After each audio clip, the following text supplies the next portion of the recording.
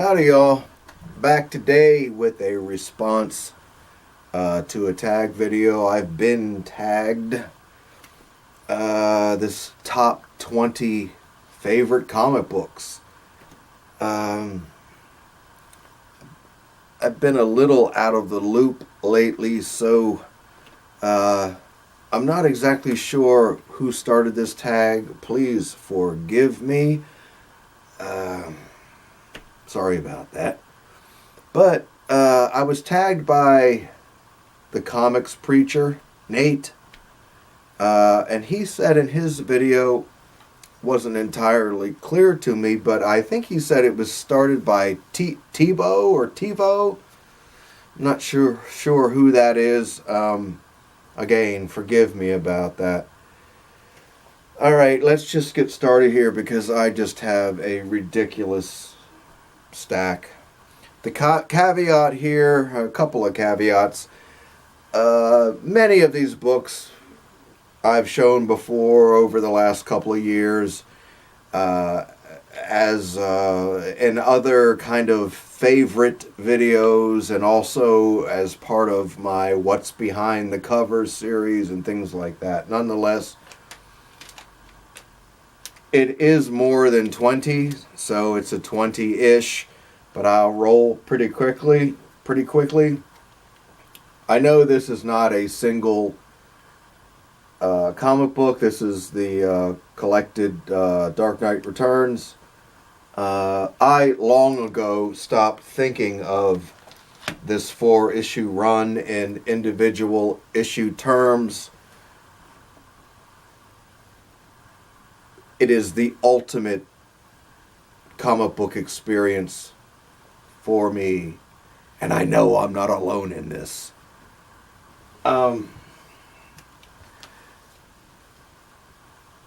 This whole thing, the Len Wein, Bernie Wrightson Swamp Thing run, number 1 through 10, it's hard to pick favorites amongst, the individual issues, but here's number 1 through 3, Koch Warehouse copies that I purchased nearly 30 years ago. Stunning near mint books. Submariner number 38. I showed my off the rack copy from 1970. Is it 70 or 71? Just an absolutely beloved issue. The retelling of the origin of Namor the Submariner. Beautifully written, extraordinarily illustrated by Ross Andru and John Severin. Oh goodness. I could. There's a bunch of Neil Adams Batman books that I could, point to, but these two, $3.95, $3.97, are just uber favorites of mine, beloved books. $3.95, of course, is when Denny O'Neil and Neil Adams resurrected the avenging creature of the night. Thank you, gentlemen. Here's another one. Got a whole stack of Conan books here. I can't possibly include all of my most beloved Conan books. Conan was the longest run of books that I ever bought off the rack. I started buying them in 1972.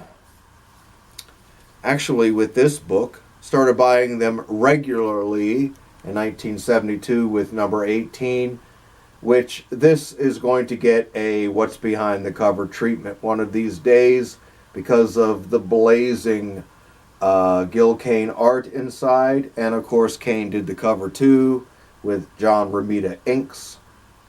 But I bought Conan from 1972 through the end of the 70s anyway, probably 79, maybe even into 1980. I don't really recall. But among my favorites, number 4, goodness. Number 16, Barry Smith. Just tearing it up. Inside and Out. Again, this fabulous Gil Kane issue. Oh my goodness gracious. And yes, he will always be Barry Smith to me. No disrespect intended to Barry. But for old timers like me, it's Barry Smith, not Barry Windsor Smith. The Immortal, number 24. One of the top 3 books of the entire 1970s, and I'm not even kidding. One of these this is my off-the-rack copy, which I had pressed a few months ago, and it looks like $1 million now. Here's a high grader of it. Moving right along. This one's coming up for a What's Behind the Cover treatment too. Oh, whoa. Conan the Barbarian 28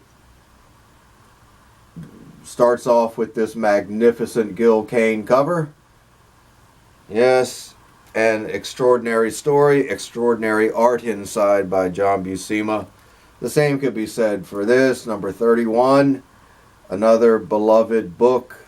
Bought this off the rack. Not this copy, but I bought all these books you're seeing here. And this, number 41, has already appeared in one of my What's Behind the Cover videos. This is arguably my very favorite issue of Conan ever. Moving right along. The Killing Joke. Goodness. Yeah, I know it's not a first printing, but I sold my first printing many moons ago. Just a devastating thing. And thankfully, I think even the younger collectors nowadays are hip to how great this book is. That's great. Avengers 52. John Buscema just destroys the art on this thing. Good God.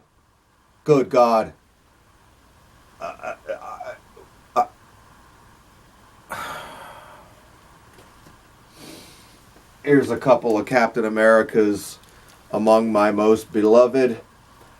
Captain America and the Falcon was another series that I was just wild about as a child. Wild child. 151 and 159. I know I've done 159 in the behind the covers, and if I haven't done 151, I need to get on that because Steve Englehart, Sal Buscema, just like his big brother John, just tore the art departments up at Marvel Comics. Oh my goodness.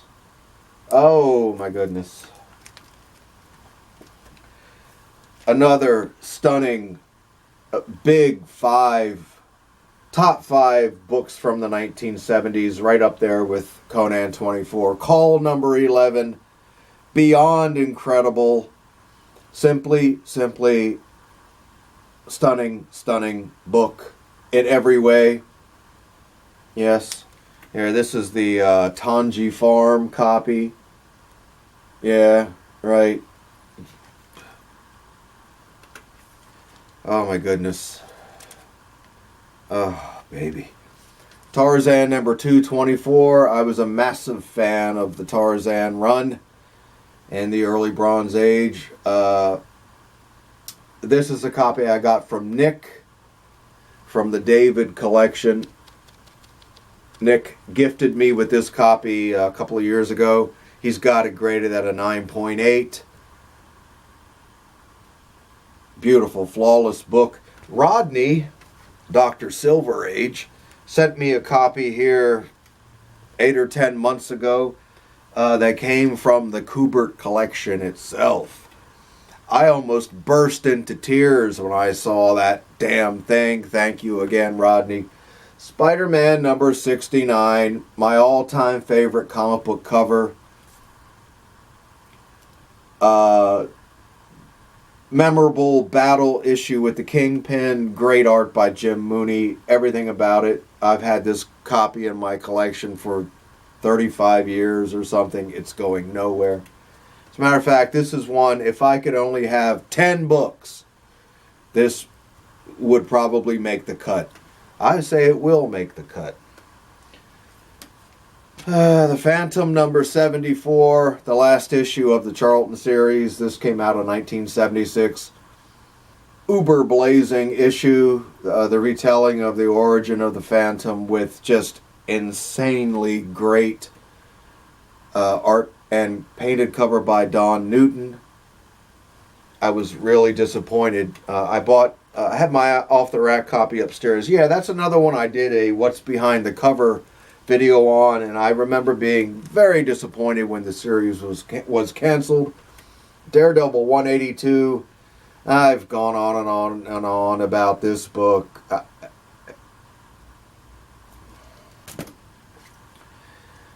Howard the Duck number 1. I bought this copy in 1977, I do believe, maybe early 78.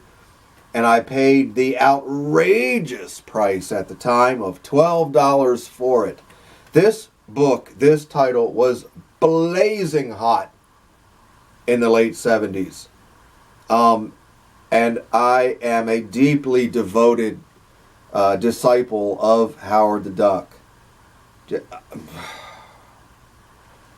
I've had this exact copy since, again, I would have to say the winter of 77 and 78. I actually still have the original bag that the thing came in with, the $12 sticker still, stuck to it. Howard the Duck number 1. We're getting there, folks.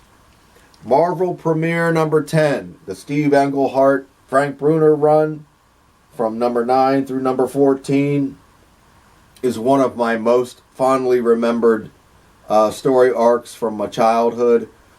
And I would have to say, of all those issues, number 10 is my favorite. I think I did it, I'm sure I did a What's Behind the Cover on this one, too.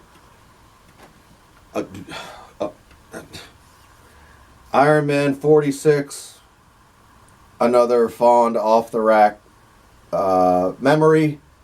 Not this copy, but absolutely. And okay, y'all know me as a Gil Kane.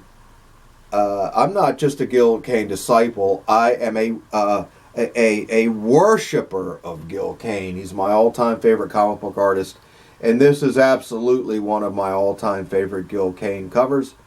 But the story's great. The George Tuska art is great. Everything about this is very, very fondly remembered book. As is this. You can put that right there beside it. Ellis and I did a video showcasing this book a few months back.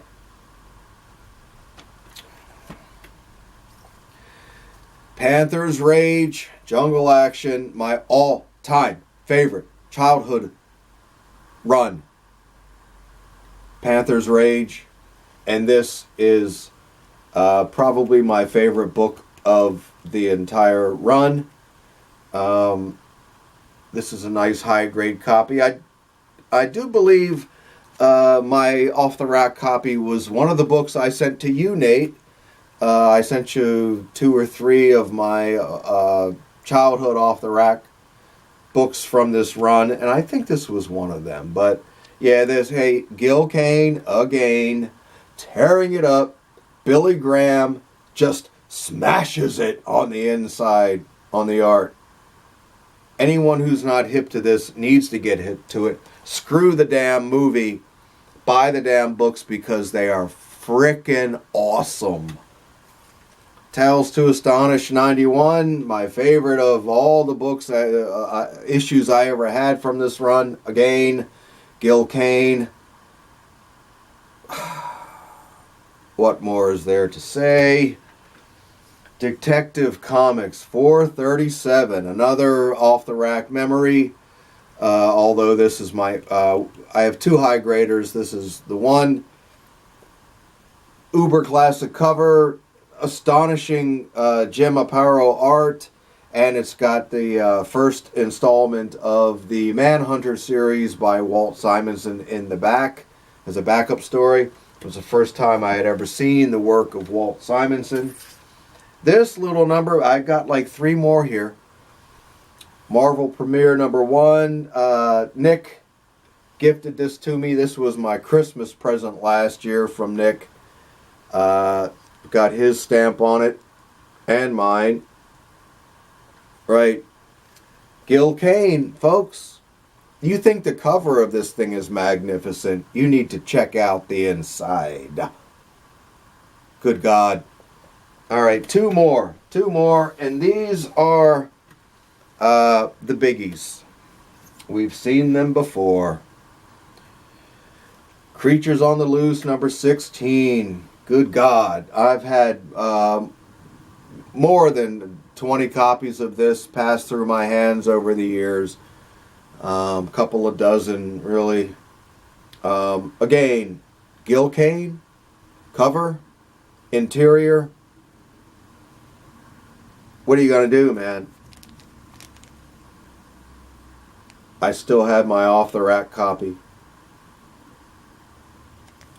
And finally, and this should come as no surprise, Thor 207, my all-time favorite comic book. I believe this was the very first book that I did, that I covered in my What's Behind the Cover series. Well, actually, as I remember it, it wasn't part of that series. I simply showcased the book, and I think it's one of my first handful of videos, and it's just kind of titled My All-Time Favorite Comic Book. Uber classic Gil Kane cover. What else is new? Phenomenal story.